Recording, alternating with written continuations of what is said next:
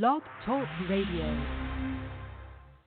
Welcome, welcome, everyone. It's Women Who Really Rock. I'm your host, Carmen Milagro. Women Who Really Rock is designed to showcase women, artists, and the people supporting them who are doing incredible work all around the globe. Our show is available on the Divas That Care network, and you'll find us on divasthatcare.com website. Joining me today is Trish Flanagan of Think Future Foundation. For the past 20 years, Trish has been systematically eradicating poverty through innovation, education, and what I would call true grit and sheer force of nature. I met Trish around 16 or 17 years ago when we brainstormed a crazy idea together, and it later became my own nonprofit called Peanut Butter and Jam Music Sessions for Kids that I ran for 15 years. It is my pleasure and honor. I'm absolutely delighted to introduce to you today my dear friend, colleague, role model, and a real Wonder Woman. Her name is Trish Flanagan. Trish, welcome, and thank you for joining us today. Hey, Carmen, thanks so much. Yeah, it's awesome to be back in your work again, so I'm really pumped. Thanks for having me. Yeah, of course. We're so excited. I mean, you are one of the definitions of, but when I think of women who really rock, you are definitely one of them. You know, you're kind of, as you mentioned earlier when we were chatting, you're kind of paving your own way. You kind of have always done that since I've known you. And as you may or may not know, Women Who Really Rock, we live on this global podcast platform, which is the Divas That Care network. So in essence, you're now joining both groups of women who have showcased and honored, you know, they're being honored for their good work. They're making the world a better place. Could you walk us through a little bit of your life travels? Because you've really made changes on an international level more than once. So you're the perfect guest for this platform. So let's start with this question. How did a 19-year-old create change in Ireland? I mean, you were 19 when you did this project. Am I correct? Yeah. So I moved to Limerick, Ireland, for my sophomore year of college. I found out that it was the same tuition for me to go to school in Ireland as it was in Arizona. So I went over there, and I ended up not taking classes the second semester and sort of stumbled upon an opportunity to teach English to traveling kids. And so it was very eye-opening. And yeah, I just, since I was a kid myself, my parents taking me to volunteer in different communities, very different from the one that I was growing up in, and just always been really fascinated with people and how they, their lives and their cultures and what makes us different and what makes us ultimately very, very much one sort of global family, I guess. So Ireland was really, I think it's the same trend over and over is two things. One is, being a teacher and being a native English speaker. I've gotten job offers basically everywhere I've landed because there's such a great need for education. But I've always known that experience is my greatest teacher. So any chance that I could get an opportunity to learn about different people that I wouldn't, I jump at that opportunity, and that's what happened in Ireland. Right. And now, when you say traveler kids, is that is there a definition for that specific group of children? Yeah, I guess the group of kids are basically, they spend a lot of time. They're very transient. They've got family in different parts of Europe. So, the sort of known as, gypsies, I guess there's, that TV show, My Big Fat Gypsy Wedding or whatever. Right. And that's the sort of community. Yeah. Right. So they're not really in the same place and, rooted to one community to learn in that one community. They're sort of all over the place. And so there's a lot of, I would imagine there's a lot of need for educational components to help them. Their community is pretty global, so they don't really, and if I can recall, my students didn't have what would be the equivalent of a social security number in Ireland. They, just really were traveling based on where their family was. Right.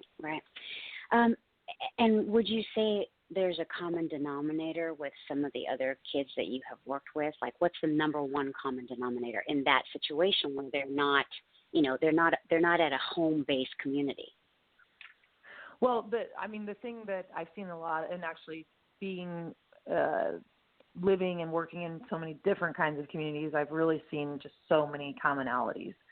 For instance, and I think the greatest one is, number one, no matter what your political agenda or party, or, if you're vegan or a meat eater or whatever, everyone wants their kids to be happy and safe.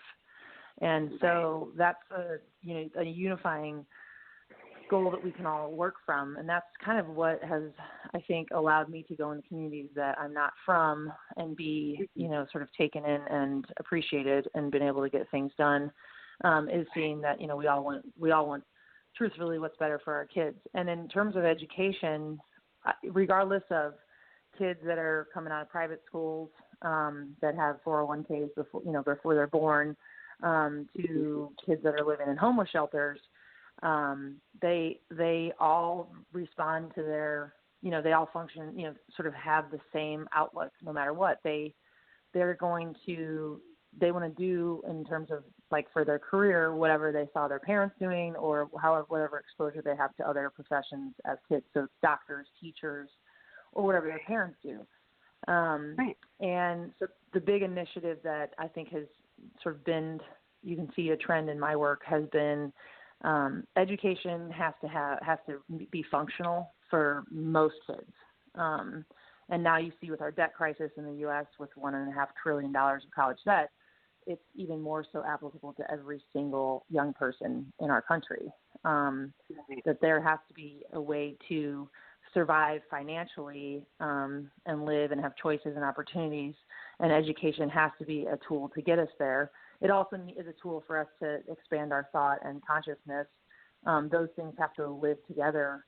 And when they do live together, you really see, and I think that's what Future School is, the sort of culmination of a win-win for our community, for the business community, for the community development folks, for the social justice folks, for the youth advocates, and for public education. Right. Now let's go to this time frame when you were back in the United States. I had met you in San Francisco. Was it really 16 or 17 years ago? That's hard to believe. I know. Right, crazy. But you also, well, especially with everything going on in this country these days, and this might be a little bit more of a personal question for you versus a professional one, but after you spent time at the U.S.-Mexico border with Teach for America, what did you learn from that experience, and how does that translate into what's happening today? And this is a deep question, and we probably need a whole show for this, but in a nutshell, kind of, if you don't mind sharing your thoughts on this. Yeah. I think the easiest thing that summarizes it for me is, if we all think for ourselves, no matter how we are, where we fall on this issue, think for a minute, who wants to leave their family, leave their neighborhood, leave their culture, leave their language, all these things that give us security and comfort. Why would you leave that and go into one of the most dangerous situations that you could, that you could choose? There is something that's driving that's beyond, I want more material wealth. It is being pushed out of that situation. And working in Honduras, which at the time probably still is close, has the highest murder rate in the world. People aren't trying to become, take anything from the United States or Americans or anything like that. They just really don't have any choices. And so I think that anyone, given those threats, would be making the same choice to try to immigrate. And the other piece, too, is that what is not spoken about in immigration discussions is the economic policy that drives the poverty in these places, that's driving people to try to illegally cross borders. Right. And the time that you spent at, I believe, and I can't remember, I'm sorry, but there was a town on the U.S.-Mexico border that you also did. You did work in Honduras. You did work at that Mexican border as well. And from that, and I know that it was intense, and I know that, you used to talk to me about some of the situations that your kids were in and what they were experiencing. What would you say is the greatest gift that you received from these experiences personally? Oh my gosh. Well, a clear understanding that we truly are connected. This understanding, I have a very clear understanding of interdependence, and that is really powerful. It's the concept that, divided we fall, united we stand, and that is truly it. One of the things that I've talked with my students about is this myth of scarcity, which is at the fundamental belief in our economic system. And I mean, I went to grad school, an MBA program, and before that had other economic classes. And that's sort of taught even in our, grade school and high school, that the law of scarcity is a law, and that's what then justifies the free market, et cetera, and competition. But the reality of it is that there isn't scarcity. If we just looked at how we use resources and how we cooperate in a different way, there would be enough to go around. Right. I agree 100%. Now, I know that one of your projects, your brainchild, is Think Future Foundation. Tell us about your foundation, the core mission, where you are today, and where you see it going. Yeah. So we, after starting Future School, which is a free public charter high school in Arkansas, I, originally had set out on the mission of really wanting to develop structural change within our public school system, such that kids that aren't born into privilege, that aren't born into opportunity, can access that through a free public education. And I think it's very possible, and that's what we're doing in the school. Once we got the school up and running for the first couple of years, I mean, literally everything from, renovating an old Boys and Girls Club to, we need a bus pass system. We need a this or that. I mean, all those things. I mean, I was the secretary, the superintendent, and the internship coordinator the first year we were open. 2 years into it, I stepped back and said, man, we need to get out in front of what's happening because we're growing so quickly. And we also are here to impact the whole system and be a model for high school. So that's where I stepped away from the operations in the school and started the foundation. And it's been very successful so far. We've raised in the first year and it's just me, and then some very wise friends and colleagues that advised me along the way. But we've raised $1.2 million. We've developed relationships outside of public education in some, the workforce development folks and those kinds of things. We're trying to expand our impact even further nationally. It's been really fun. What I'm really set at doing in the long run is to make a very clear argument that's, and sort of undeniable that education is an investment, and it's not just an investment in a sort of figurative way, but that literally if you walk into a high school where, follow a senior around who will graduate and then the next day become an employee, a part of the workforce, you can see for yourself that there's a big disconnect for being ready for the real world. And there's a lot of assumptions that we've been making that are really holding us back. Number one being we have an issue with age discrimination. We think that teenagers we see limitation on what they're able to do and how professional they're able to function. And with our school, we've really proven that to be wrong. That is fantastic. I mean, you're really, again, that's why I say you're a real Wonder Woman in my eyes, because you're actually, it's not just theories. It's not just, hypotheses. You've actually gone out and you're doing the work, and you're creating such incredible opportunities for your kids and an opportunity for people to learn from your structure and your foundation, what you're doing, what works, and that it can work. So now to me, what that speaks on is whether or not people want to change. Yep. What's in effect, right? That's really what it boils down to, in my opinion. Yep, that's it. Yeah, no, and you're exactly right. So that touches on one of the challenges that it's been sort of I've been uncovering is, we've done it. We did what people weren't sure we'd be able to do, tripling enrollment in this school in a, part of town that's, that's sort of decaying or has been, and they're trying to revitalize it, just like so many places in this country. And now I'm going back to, the powers that be saying, okay, how do we get this available for every kid? How do we look at, so just to kind of say what specifically we'd be looking at, and so the tag, the mission of the foundation is to create access for opportunity for all students.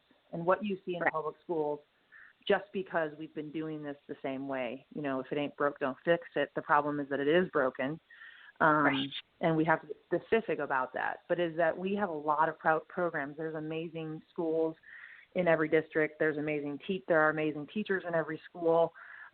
We need to get support for the teachers and then get out of their way. Let them make sure that they see themselves as the professionals that run that entity. Right. And give them support around it and let them have confidence to be creative and to be sort of the CEO of their own classroom. And then, the other thing is that all these programs that we have, the legislation creates laws and legislation says, you need to have computer science classes or you need to have X, Y, and Z. And so then we translate that into sort of a check the box system. And what ultimately happens is the majority of kids never access this stuff. Because there's a selection process for almost everything in a school system. You have to have a certain grade point average, you have to have references, you have to have certain behavior. And what you're doing is if you get a kid at 15 and they've had mediocre success in school or even worse, they've been failing and then at home there's a lot of challenges and the identity that they bring with them to high school is of failure. The last thing that we need to be doing is to say, sorry, here's another thing that you can't access because you don't have the grades. Right. And every child learns in a different manner, and it drives me crazy, as you know. Yeah. So we have the advising and the internships, and every kid does it. So we have a kid, one of our first graduates, our first class graduated in May, and Mario, who's from Guatemala. He's first-generation American. He had straight A's in the school that he was, in the traditional system, and he did not want to come to our school because we were different and new, and he had friends, and he had it made in the traditional system. But his mom wanted him to have she saw the answer to, the question of the why. What is he going to do with this? How's he going to apply this stuff in school to a real career? And so she brought him to the school. Well, he ended up graduating last year. He got a full ride to the Wharton College of Business. It's $80,000 a year. And the Wharton College said, look, we get tons of kids with over 4.0 GPAs. But Mario had the experience of 3 years at an internship with an oil and gas company in town, where he worked in every department over the course of 3 years. Every Wednesday, our kids don't even come to the school building. They're learning in the real world. And because of that, a few things come. One is he stood out, he differentiated him in terms of getting into college and getting scholarships. It also, from the community development perspective, and this is something that's really cool, that a lot of communities are struggling with, which is brain drain. Urbanization is a real issue. Kids are wanting to go to the bigger cities. They're wanting to leave their hometowns for something new. Well, our problem, Carmen, is that we've got thought leaders and solution people in our high schools, but we are ignoring them. We're really not seeing the resources in front of us. And so what Mario now can do is, and what he said is, he's 17 years old. He's got skin in the game with this, he reports to he was reporting to the C-suite, and now, he's got a professional network of multimillionaires in his hometown that he would never have accessed without that internship program. This is incredible. I wish we could talk to you forever, but I do have a suggestion from our producer. She, there's this ability that we have to share our stories in a book form for Divas That Care Network. So if you're interested, I would love to connect you to Candace and maybe have you share your story in that way. I know that we're going to have to wrap up really quickly, but I could talk to you all day about this because it's so important, and it just speaks to what is possible when someone who's passionate like yourself about making change, about making things, helping to balance things out and level the playing field so that every child, does have an opportunity. Now, it does, of course, not everyone is going to take those opportunities when they're presented to them, because that's a whole other conversation that we also should be having. But the fact of the matter is you're proof. You've got proof in the pudding, and you're doing the work. And, I would love to just have our listeners connect with you. And do you have an ask before we let you go? Do you have an ask for our listeners? Yeah, the real easy thing, short of a $15 million check, which maybe some of you guys have. Hey, you never know. I know, is partnerships. It's again a win-win. I think that there's a lot that our students have to teach nonprofit work, organizations that are trying to help, kids and families, certainly, low income, whatnot. And then also for us to develop more partnerships, because I want to get my kids in Arkansas on planes and traveling. Right. Oh my gosh, I'm in awe of everything that you've accomplished in your life thus far. I'm happy to say that I knew you, when you first, right after you had already started on your journey. And I'm just really proud to know you, because you and Lisa, we started in this little school in San Francisco, south of Market. And I know that we affected some change there, but you've been doing it on a global level and regional. And I hope to see you, on stages everywhere, talking and teaching these concepts that you are, these are your brainchild. These are your working, practical applications. And I know that you're super busy, and I do have to say goodbye, but I really wish we had like another hour or two, but I hope that you'll be back, Trish. And just, again, thank you for joining us today, on Women Who Really Rock. We're just honored that you spent some time with us here. And for anyone who wants to get more information about Think Future Foundation, where do they go? Just go to the Future School page on Facebook. That's the easiest way. You can really see what our students are doing, and I'm an administrator on that. So it's really about the students. So go to the page and send us a message, and and we'll connect. Great. Thank you, Trish Flanagan. You are truly a woman who really rocks, not just as a woman, right, but as an educator and a visionary, and certainly as a human being. And again, I'm really proud to know you, and thanks for spending time with us today. Thanks so much, Carmen. Thanks, Trish. Thank you all for tuning into our Women Who Really Rock podcast. We hope you're able to learn a little bit, share a little bit. We want to be able to uplift and inspire you while we showcase other women and the people who support them that are doing not just good work, but in Trish Flanagan's case, exceptionally good work. Remember, you can find us here on Women Who Really Rock on the Divas That Care Network, and that website is divasthatcare.com. Thanks, everyone. Have a great day, and hopefully you'll be able to go out and change your world too.